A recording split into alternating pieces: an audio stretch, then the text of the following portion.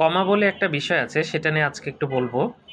সেটা হচ্ছে অনেক সময় দেখা যাচ্ছে একটা ব্যক্তি কোনো কথা বলছে না, কোনো মুভমেন্ট নাই তার সারা শরীরে এবং কোনো রেসপন্স নাই। সেটাকে আমরা কমা বলি।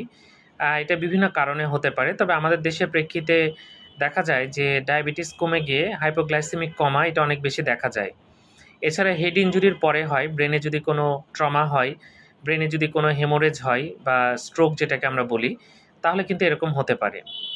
তো কমা হলে অনেকে দেখা যাচ্ছে যে কি করবেন এটা সিদ্ধান্তহীনতায় ভোগেন। প্রথম কর্তব্য হচ্ছে তাকে দ্রুত হাসপাতালে ভর্তি করা। এরপরে খুব দ্রুত কারণ বের করে সেটা চিকিৎসা করতে হবে। যদি রক্তে গ্লুকোজ কমে যায়, গ্লুকোজ দিতে হবে। ব্রেনে যদি হেমোরেজ হয়, হেমোরেজিক স্ট্রোকের ম্যানেজমেন্ট দিতে হবে।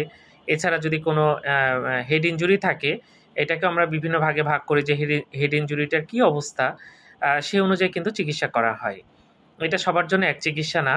এরকম হলে প্রথম কর্তব্য হবে আপনার দ্রুত তাকে হাসপাতালে নিয়ে আসা। ধন্যবাদ সবাইকে।